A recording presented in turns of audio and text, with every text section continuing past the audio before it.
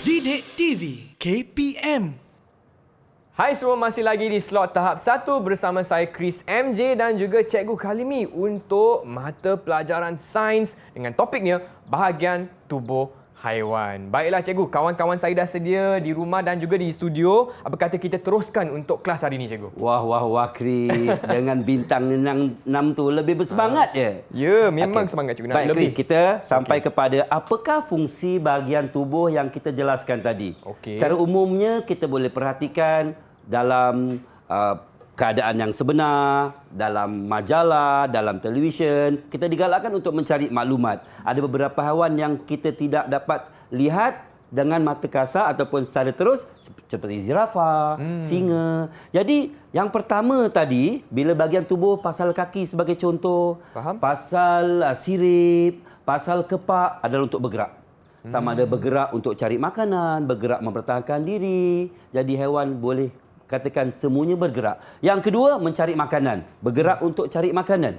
Ada juga bergerak untuk menangkap mangsanya. Yang ketiga, melindungi diri dan mempertahankan diri. Ada dua, musuh dan juga cuaca. Cuaca ini bermaksud, contohnya kucing. Pernah nampak tak? Satu ketika dia kat luar, sedang main dan berguling-guling, tiba-tiba hujan. Kucing itu buat apa? Dia lari. Sebagai contoh, kalau tak lari, dia basah. Sebab kucing takut air. Betul Cikgu. Dan juga of course, memang tentulah musuh. Anjing dengan kucing, kucing dengan anjing sebagai contoh. Yang keempat, membiak. Membiak ni dalam hal ini mencari pasangan. Kadang yang jantan pergi yang betina, betina pergi yang jantan. Seterusnya ialah menjaga anaknya. Sebagai ibu, sebagai induknya, dia kena satu kekuatan untuk menjaga anaknya, melindungi anaknya, dan yang terakhir tadi mencari pasangan hampir sama dengan membiak tadi. Jadi di sini kita ada beberapa contoh yang Chris kena selesaikan. Dan kalau Chris boleh selesaikan ujian ini, bermaksud Chris sudah mencapai satu tahap boleh memperihalkan berkaitan fungsi-fungsinya. Lengkapkan 3 bintang anda, Chris. Silakan. Catatkan kepentingan bahagian-bahagian tubuh haiwan berikut. Yang pertama, buaya. Kulit keras membantu haiwan ini terbang. Bukan Cikgu. Bukan ke? Tak mungkin. Tak ada kepak Cikgu. Tak ada kepak. Saya rasa melindungi dirinya. Okey. Mantap betul, Chris ya. Jatuh pula saya cuba provokasi tapi tegas kepada jawapan Chris. Okey. Chris ni ada keyakinan diri yang tinggi lah. Seterusnya yang kedua. Tanduk dan sumbu membantu haiwan ini. Tanduk, kerbau, badak sumbu. Bahagian cuma badak sumbu dia dipanggil sumbu. Jumpa ke? Saya rasa jawapan ialah... Ada bantuan ni. Ada murid-murid bantu ke? Ada Cikgu. Kawan-kawan saya di rumah. Okey, kita tengok nanti jawapannya. Melawan musuhnya. Okey, yang ketiga, rama-rama dan burung. Kepak membantu haiwan ini. Rama-rama serangga, burung-burung lah kan? Betul. Kepak membantu cari makan rasanya lah kan? Bukan, sebab cari Cikgu. makan tu dia kena bergerak. Bukan cari makan? Tak Cikgu, saya rasa jawapannya terbang. Kepak kan?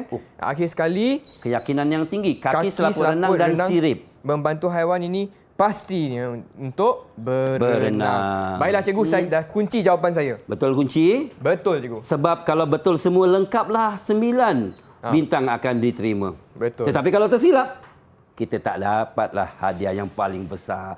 Baik Chris, jom kita tengok jawapannya buaya. Buaya ni seperti kita nampak biasanya di taman buaya berjemur sebab kulitnya memang keras dan lasak untuk melindungi diri daripada lawannya atau mungkin pemangsanya juga. Jadi kita terima sebagai melindungi diri. Betul ke? Betul Cikgu.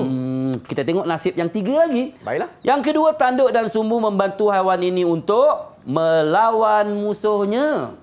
Siapa musuh utama bagi kerbau agak-agak? Kancil ke? Tak, kerbau lain Cikgu. Kerbau. Apa dia? Kerbau lain. Kerbau lain. Dan kalau kita tengok selalu dalam luar negara, singa. Singa. Macam di Afrika. Ya betul. Dia memburu, kemudian kerbau kadang-kadang ada satu ketika kerbau satu ekor, singa 3 ekor, dia boleh lawan dengan tanduk. Dia punya musuhnya tu. Jadi kita dapat 2. Setakat ni betul 2-2. Betul. Habislah hadiah saya.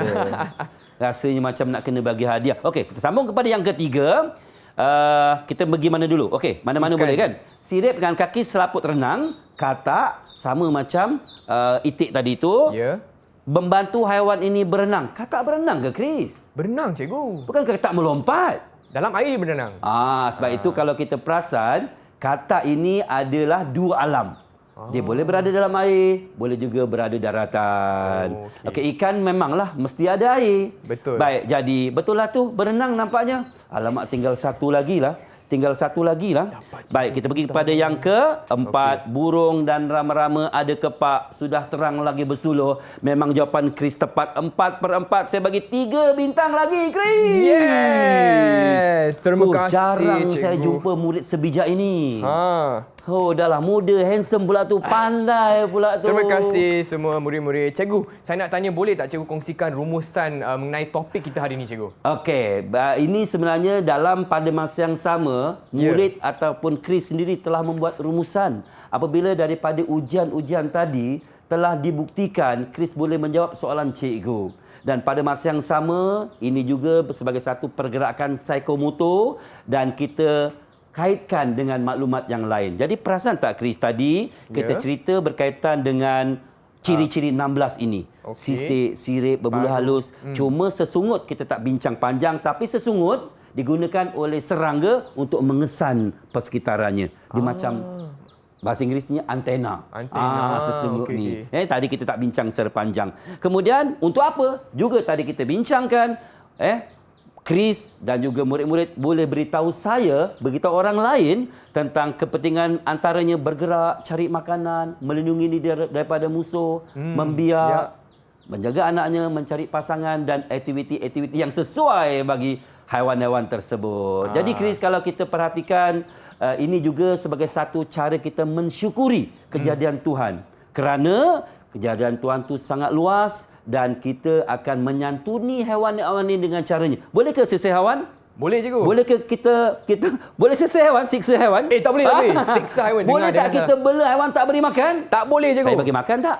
Bagi, cikgu. Jadi haiwan untuk ada yang jadi juadah makanan, ada untuk menjadi satu rekreasi, haiwan untuk mempertahankan diri, contohnya macam anjing kita pelihara. Jadi kalau kita perincikan terlalu banyak dan hari ini kita dah bincangkan berkaitan dengan sebahagian tubuh-tubuh haiwan. Terima kasih, cikgu. Baiklah, saya juga nak tanya bagaimanakah prestasi murid-murid di rumah dan juga Chris untuk topik hari ini, cikgu? Nak bagi tak? Nak bagi hadiah tak ni? Nak. Semua setuju untuk bagi. Berapa kali betul tadi? 1, 2, 3. Semua betul, cikgu. Untuk itu, sebagai ganjaran sebab untuk lebih bersemangat, saya berikan Chris 3 hadiah. Apa tu, cikgu? Coklat? Ini untuk berkongsi dengan kawan-kawan. Tanya Chris, anda boleh contoh. Terima kasih, cikgu. Dan juga cikgu boleh tak kongsikan macam mana kita boleh dapatkan bahan tambahan untuk topik hari ini, cikgu? Betul. Kita perlu teruskan di luar termasuk My Sumberku yang kita boleh peroleh di bawah ini. Dan rujuklah guru-guru, rujuklah kamus, masuk pusat sumber, surf internet yang berkaitan. Ini boleh membantu kita untuk memperluaskan lagi pandangan dan juga pengetahuan kita. Didik TV KPM